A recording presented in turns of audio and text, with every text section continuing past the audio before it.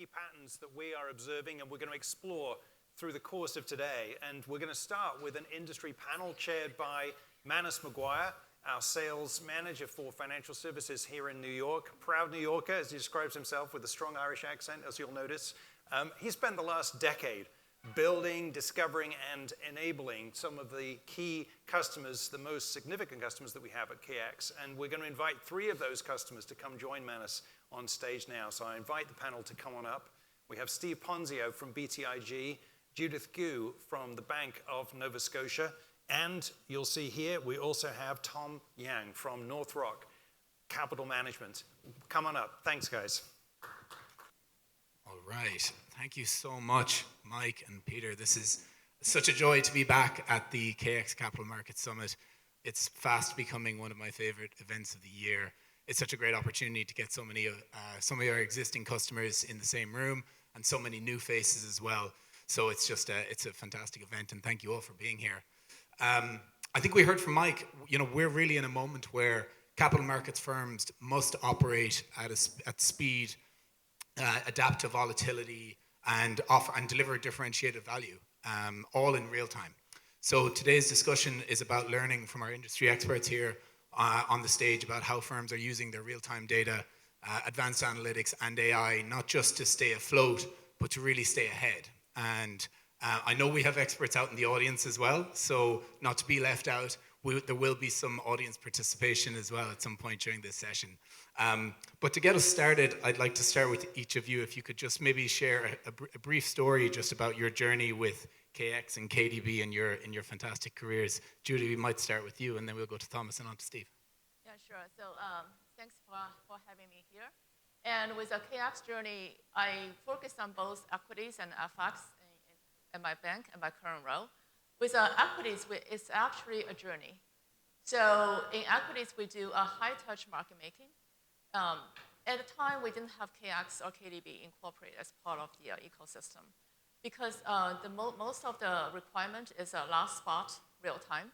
So when you deal with last spot real time, you don't need a time series, so KX wasn't playing a big role. So we do have some time series, homegrown APIs and infrastructures, doing multi-streaming joins with a time series, but that was sufficient. However, as we grow, we want to join real time with historical tick data at speed with a high conviction accuracy. And we realize that that homegrown infrastructure is just not going to be sufficient. And that was actually the moment, but KDBQ, we don't have the expertise in equity side, but at that moment, it came out with a KX. So it's an easier, softer introduction to the space, and that's how we got started. We did a PLC and was able to complete all our requirements, intraday alpha creation on a very low latency space. So we proved that, and now we are engaging KX in equity space. On the currency part, it was because it's so latency, it was always QKDB to begin with. So that part was always there. And we're still staying with QKDB, not in the KX space yet, because we have the expertise there. And the person who's very good at it feels that it serves the purpose. So it definitely depends on the use case and where you are, different journeys. Thomas, how about you? Yeah, I've known a KDB Pro for 15 years. When I first started as a group of specialists, just started switching from K back to the time using Q. And over the time, I see that's being applied for the agency algorithms in the equity space. Then after I'm moving my Cs into the buy side, I've been seeing the KDB and the Q be applied for all different aspects of the problem to deal with research, market data, signal generations, real-time position monitoring, compliance. So it's been a fun journey for me. And then now basically I'm starting with North Rock and we're building everything in Q. Thanks, Thomas. And how about you, Steve? So the first time I ever used KDB was about 20 years ago. I was working at a Bulge, and we stored tick data there. I thought, okay, I know KDB is good for that. I know it's a column store. I know it's good for time series, good for storing tick data. And it's KDB. It's a database, right? And that's what I use it for. It wasn't until my next position, buy side, working basically as a quantitative analyst, that I've discovered that it's much more than just a database. It's really a language, Q, which is incredibly powerful. So I transitioned from the paradigm of getting the data out of the relational database, importing it into R or MATLAB or, God forbid, Python, and instead doing all my analysis directly in Q. And there's nothing really that you can't do in Q. And so now in my current position, one of the first things I did was to jettison the relational database and replace it with KDB. Right. Okay, so we already kind of touched on one of the topics I wanted to dive into here. And Thomas, I'm going to go to you for this one because it's a term that we've used in our conversations. It's around alpha decay. And I think you talked about, like, I'm curious, what in the tech stack of North Rock do is kind of best to kind of speed up, or I guess tackles alpha decay when that's really slowing you down?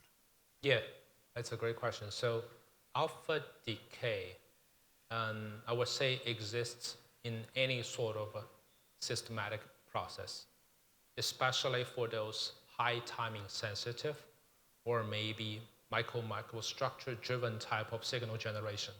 This has always been there. But that's more than that, because when we talk about the speed to trade, people will be like, oh, there's an alpha going now, where should we go? Speed is not about how fast you deploy your trade.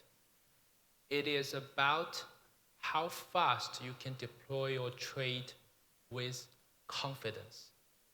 So what does that really mean here?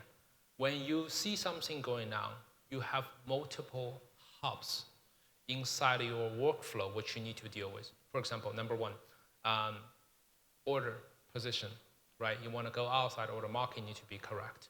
Compliance problems, you need to look at that. Am I violating anything? Risk checks.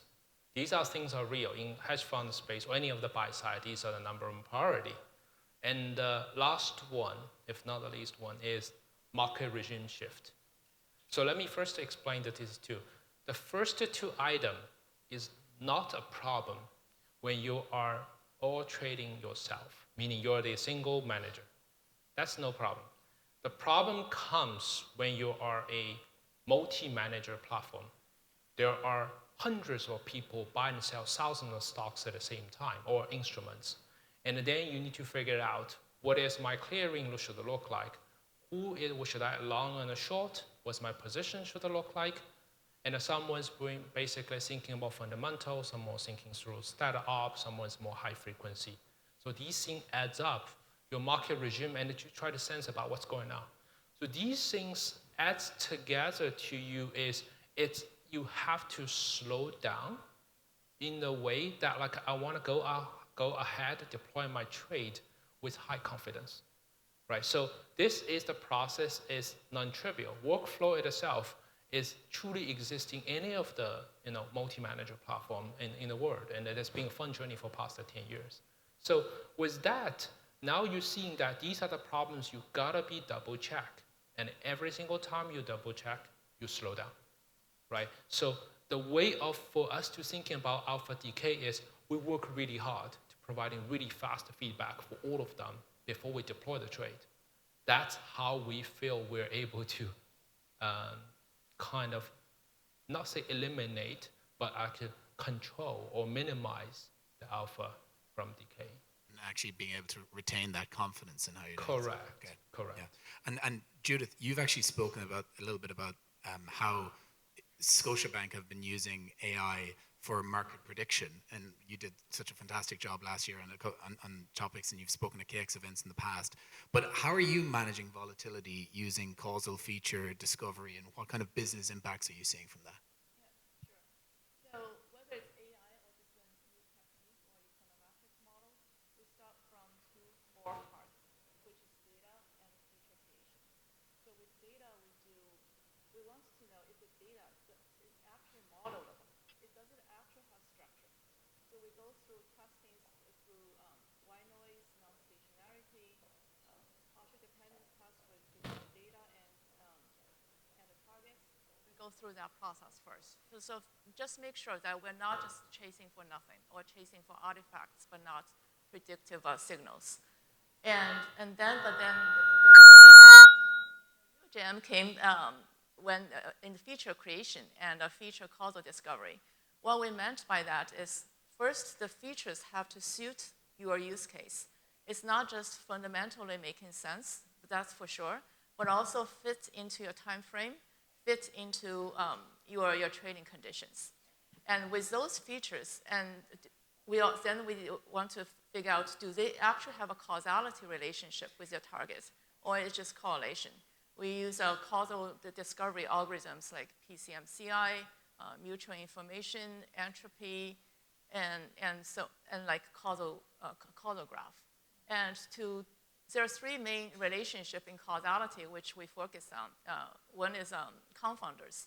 Confounder is the variable that affecting both features and your targets, such as in equities. When there's earnings announcement, you see returns moves dramatically, and you also see maybe analyst ratings moving very, very frequently as well.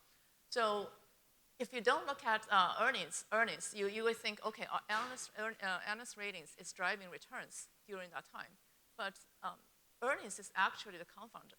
It's driving both. So you need to consider earnings as your part of the model, independently condition on that. So the next one we look at is mediator. Mediator is the intermediary feature that's between your features and targets.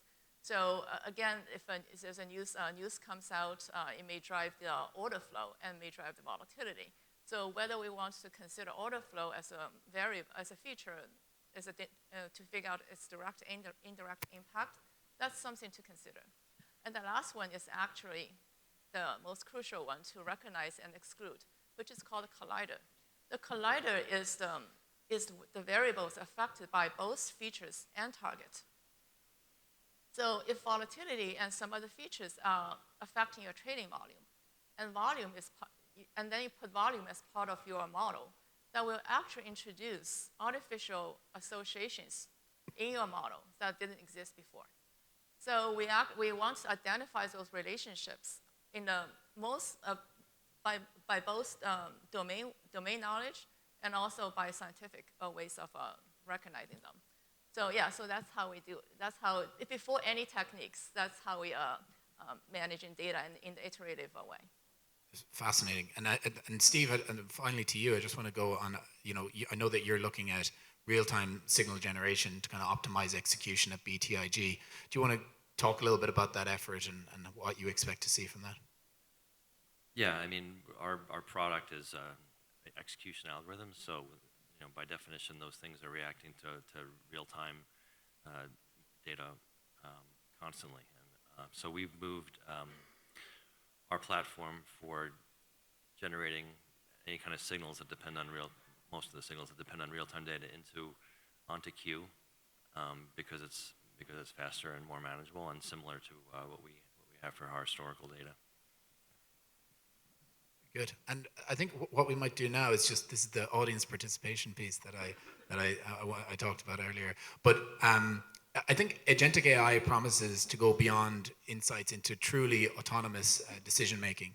So by a quick show of hands from the audience, how many of you would trust an AI agent to execute a low value trade without any human review?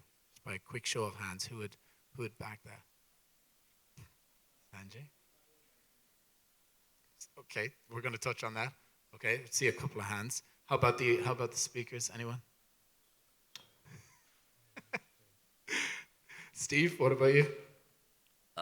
No, I wouldn't. I mean, I'm not an AI expert, but to my knowledge, people don't use it for critical decision making today. I mean, people use it really for research and development, right? To research your trip to Italy or research things about in the market, and you get ideas, and then you look at it by hand.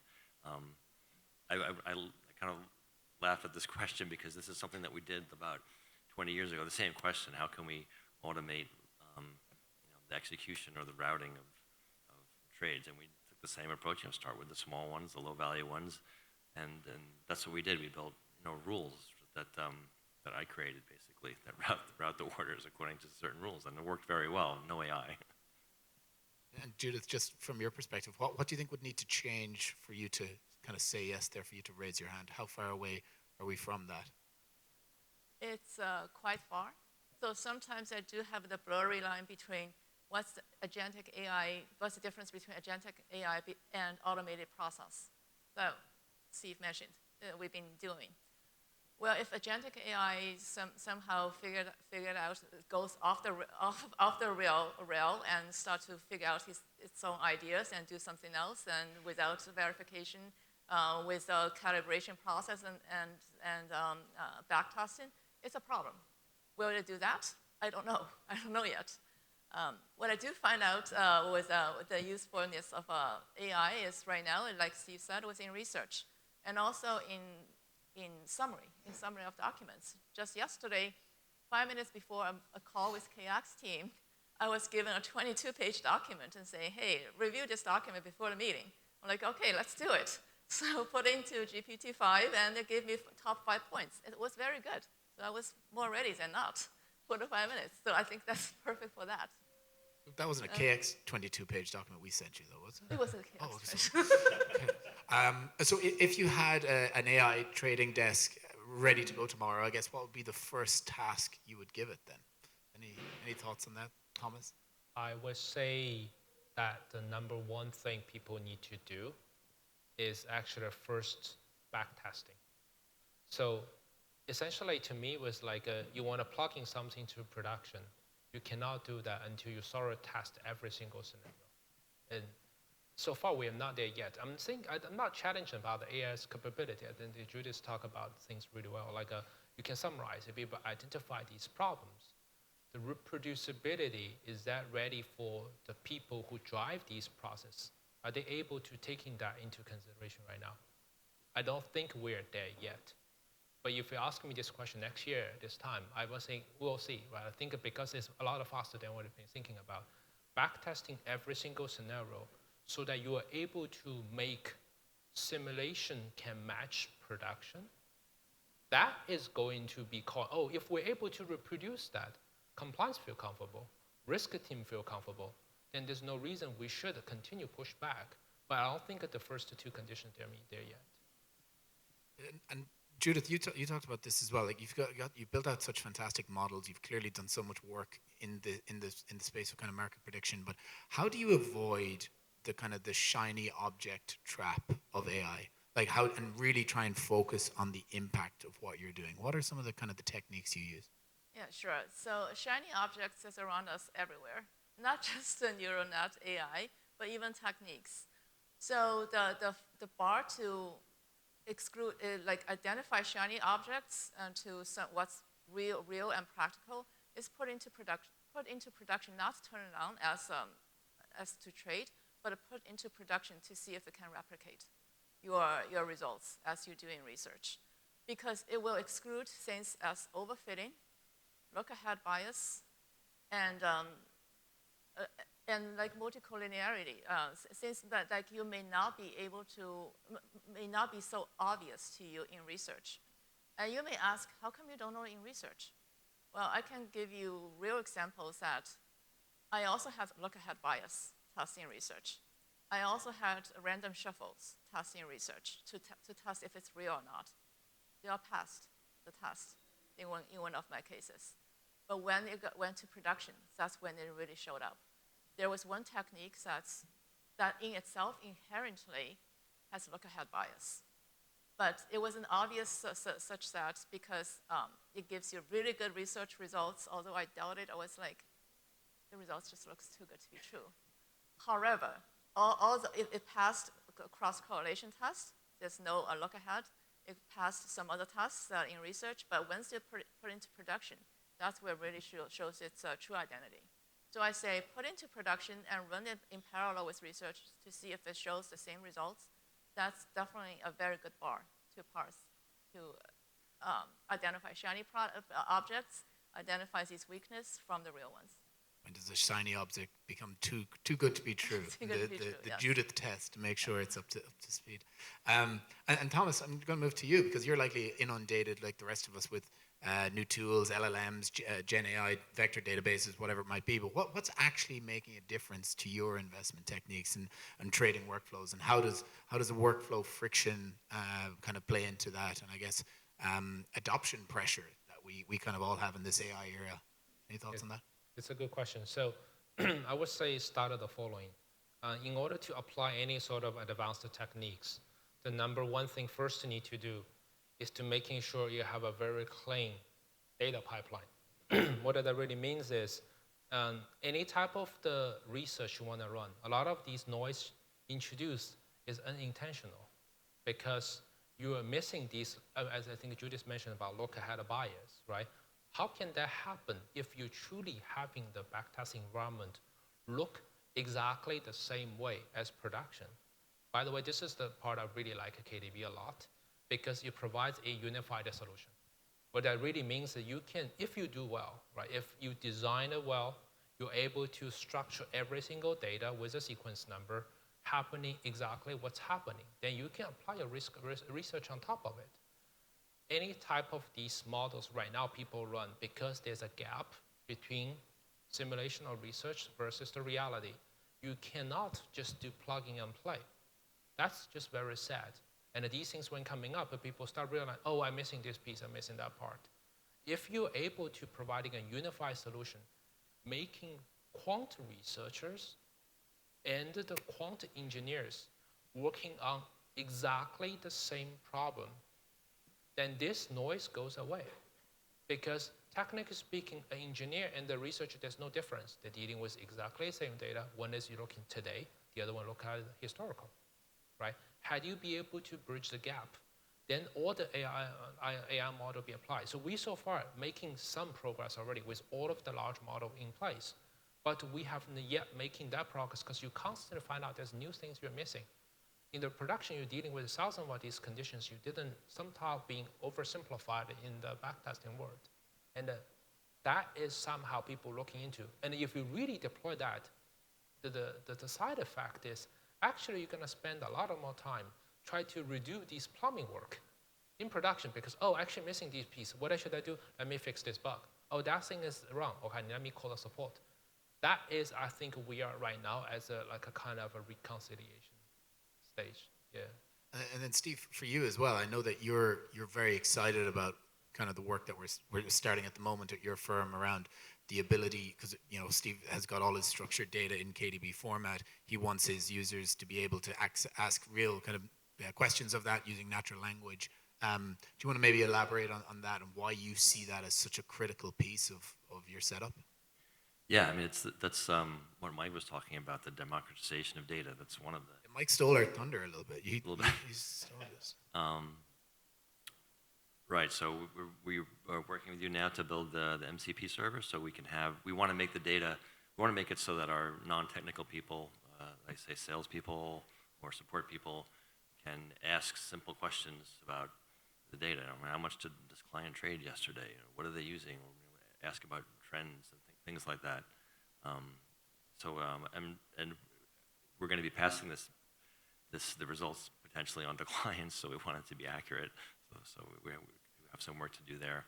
I would say though, but going back to the theme of the democratization of data, I think that, forget about AI for a second, in my view, having all the data in KDB is already a huge step forward because KDB makes the data more available to our people. I mean, I'm talking about technical people, the researchers and things, as opposed to, and then 3 ways it makes it more available. One is that, I will just take a minute here because this is my viewpoint that I don't hear very often from you guys. I don't hear it from a lot of people.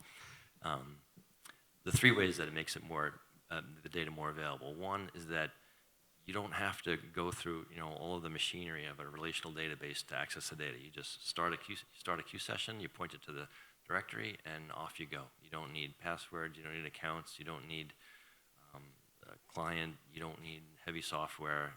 It's easy to access the data.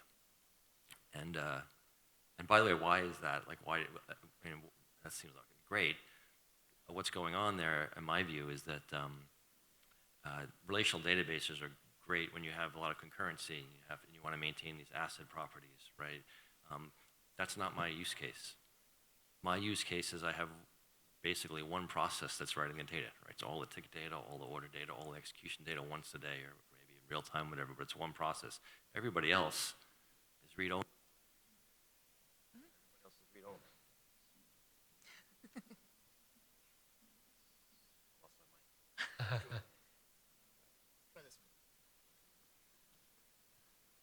So in exchange for not caring about the asset properties, I get this easy access to the data. So that's one way that it makes it more available. The second is that it's, of course, it's very fast. So, as long as you understand about date partitions and you follow a few simple rules about writing your queries, you can do a lot of things really, really fast. And you can, do studies on more data than you would with a relational database. And it's a huge point, because if it's going to take me 5 minutes to run a day's worth, I'm never going to get anywhere. By the time it runs, I've done checking my email or something, I forgot what I was doing. If you can run it in a couple seconds, it makes a big, big difference. It also helps, I kind of alluded to it earlier, it helps that you're doing all of your analysis. If you're doing it in Q, you're doing it right next to the data.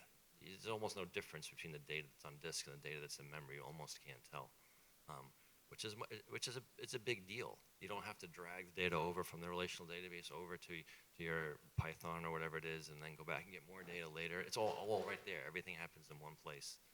So that's the second way. The third way is that the tools of the language make it much easier to deal with data. And I'll give you a couple of examples. One is that when you're working in a relational database, you're always joining tables, so they're left joins, inner joins, outer joins. And it's kind of a pain, and it's cumbersome. You never do that. I never do that. I almost never do that in Q, right? Because the tables, I like to say they're pre-joined, right? Really, you have a reference from one table to the other. So I never have to join the table that contains the executions to the table that contains the orders.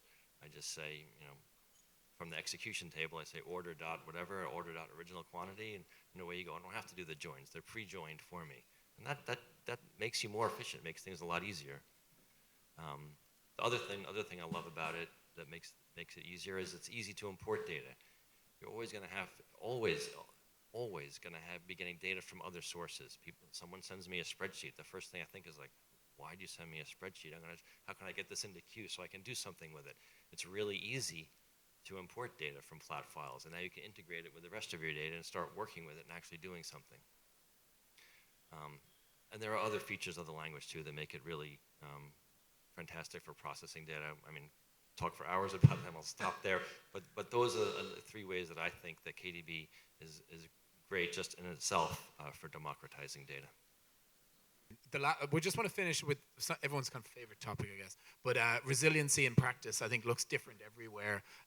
So I guess what single investment in resilience paid kind of the biggest dividend for you guys in the respect of AI and kind of risk generally when it comes to those types of AI workloads? Yeah, I would say there's so many of them, but the most recent one I have experienced is to build a resilient deployment platform to be able to actually run your model with confidence in production. So when I thought I was done with my modeling research, and I looked at how to be deployed in production, there was DNI difference, right? There's such a huge gap between the two. Because to be able to confidently run, this is the best model version I want to run in my production real time today, making real time decisions, is to be convinced you have the best parameters, the frozen model versions, and all done in a systematic one job. And I can, not me, but like AutoSys can hit a button and say, okay, I calibrate all your parameters. There's so many parameters to calibrate for different parts of the model. And they're calibrated, they're stored, they're reproducible, they can be audited, and then your model is built frozen on top of those parameters. And this is a model to be used by yet another process that looks at your real-time streaming data and run the model, make the prediction. I think that is real. When I went through that process myself, I said, okay, when we call ML or AI engineer, it's real. It's not just a buzzword. It is an actual real process. It's not just a research, and the technology integration is part of the same success story. Do you feel like that kind of sets you up then for, market events like flash crash or any kind of situations like that you feel like you're kind of set up to be able to absorb some of those? Yeah, that's definitely more robust. Our goal is 100% automation, 100% systematic. So if market flash crash and macro events is driving the cause behind those crashes, we want event data to be part of the system and to be a part of the automation, because in space like currencies, it's way too late. It's just not possible for human trader to react. You have to react. You have to do things ahead of the time, ahead of expected scheduled events. Even if with unscheduled events, you need to be able to react fast. You have to control damage. And just in the FX space at the moment, and with one eye on the future, I think we see that there's a growth in trading volumes in every market, right? But maybe do you want to comment just on what you've seen in FX recently? Have you seen any particularly high volatile days or trends or even volumes hitting a level that maybe you hadn't seen previously? Yeah, FX space definitely picked up its excitement over recent years versus just a few years ago, because the increased geopolitical risk, the question of U.S. being the U.S. excellency, all those broader macro themes got into the theme, so makes FX trading a lot more increased volume and volatility for sure. So we want to be ready for those using our feature engineering to pre-detect if the volatility and return patterns are changing throughout the day. So at least for us to be better prepared for those volatilities. And Thomas, what about you then in terms of volumes and I guess scalability of the tech stack that you've now built at North Rock? I think the key part here obviously is the flexibility inside of the infrastructure. Now, capital market specialists, all the investors, constantly chasing for what's the most profitable strategy. This can be back to 5 years ago in this index rebalance. This can be most recent with a long short. Then with even like a fairly niche market, kind of the emerging market, people all of a sudden start talking about Indian markets, Asia, and it could be later on, past the 2-3 years, people talk commodities, right? Your infrastructure need to be ready and quickly adapt towards those space. That means your fundamental backbone need to be same, risk need to be in place, compliance need to be same.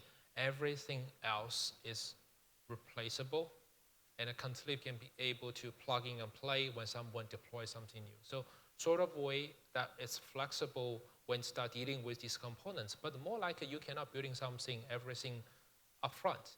You gotta be able to have a capability to compile together, just my son, how he actually playing all the Lego things in place, right? You have the Lego piece, you're able to plug together, and this is ready for that strategy. Maybe over 5-10 years, you can sharpen that a bit more, but you gotta have very quickly a way to be able to deploy. We can think about 5-10 years ago, people think about deploying new strategy. The quickest time I've seen from top-notch market maker take about weeks. That's out of imagination back to the time. To me, it's like if you're thinking about some sort of a large organization, it might take a month, if not years, to deploy a new strategy. What's the time right now?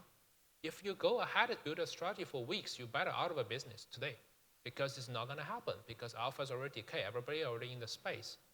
So the flexibility about this infrastructure, the sooner you're able to put in something, we are talking about days now.